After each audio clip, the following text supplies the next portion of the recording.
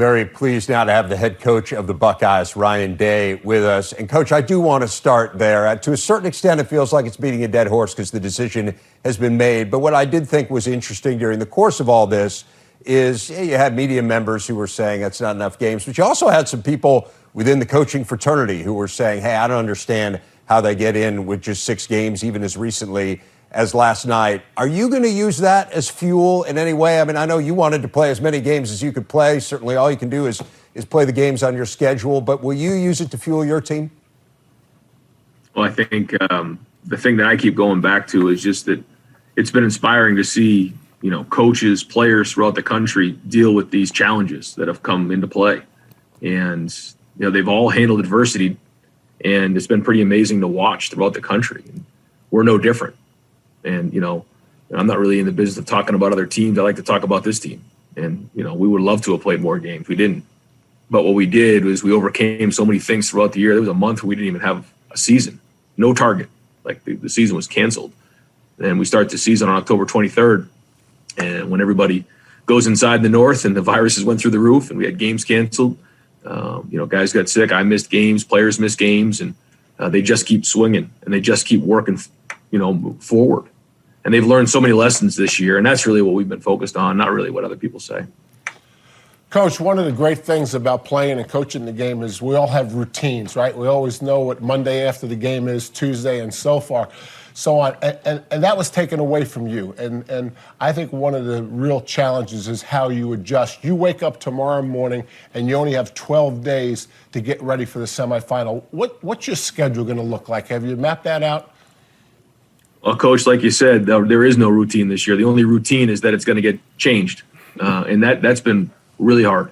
And one of the things that I talked to the team about right after we found the information out is it's very similar to when we heard that the rivalry game got canceled. It's about the same amount of time there, right in that 10 to 12 day range. And then we have Christmas in the middle. So we're going to take a couple days to catch our breath, practice for a few more, take Christmas off, and then get right into game week.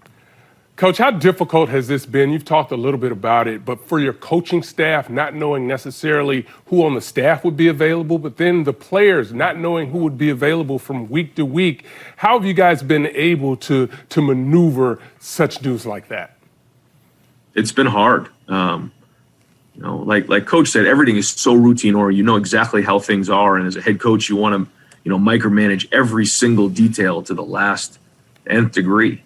And then all of a sudden, coaches just aren't on the team for 10 days, and you have to move guys around. There's meetings, and there's just different things that come in. And then you find out midway through this, through the week that your starting linebacker and starting wide receiver are out. And those things, they're not small. So when you see a team just keep overcoming those things, that's where it's amazing to watch as a coach.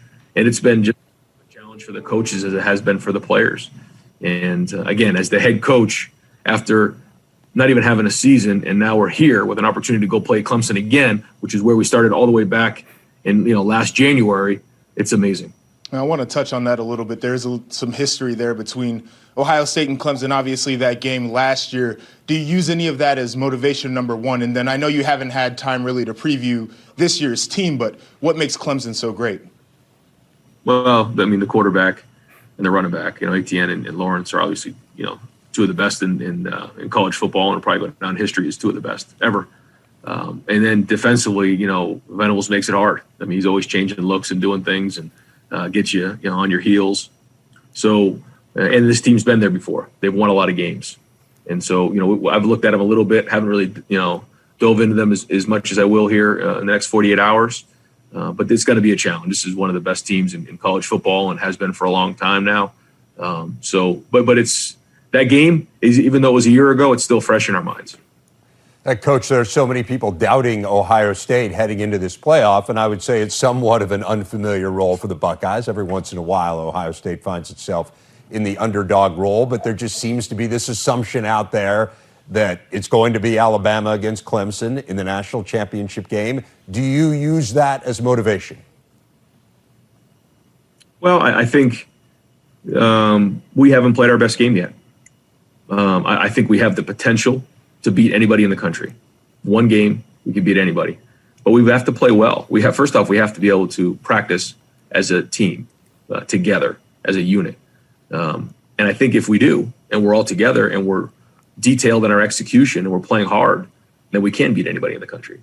And that's just what it comes down to. I mean, people can talk, and that's fine. They can talk about who deserves to be in, who's favored, all those things. What really matters at the end is how well we execute and how hard we play. And if we do those things, if we execute at a high level and we play really, really hard, we'll be in it in the fourth quarter, and then we go from there. Because we do have really good players, in a lot of areas, and we do have one of the best quarterbacks in the country. He didn't have his best game yesterday, but he'll come back. He'll play well. And then our defense has got to do a great job of stopping the run and avoiding big plays. If we can do all those things, we'll be right where we need to be. Coach, one last question before we let you go. And as always, we really appreciate your time. The Big Ten made the announcement, or there are reports out there anyway, that the Big Ten has changed its COVID protocol. It went from 21 days to 17 days. Without getting into specifics of players, I know the privacy issue is an important one. How will that impact you? Are there players for whom that 17-day window versus a 21-day window is meaningful? Yes, for sure. There's guys on both sides of that fence, and there's some guys like right on the fence, and that's what makes it really about a day or two. So yeah, there are some guys who are north of it, and some guys that are south of it, and then some guys right on the fence. So we'll find out exactly what that number is, but it's going to be critical as we go into this game. Ryan Day, the head coach of the Buckeyes. Coach, really appreciate your time, and we will look forward to watching Ohio State play in New Orleans. Merry Christmas, guys. Thanks. Same to you.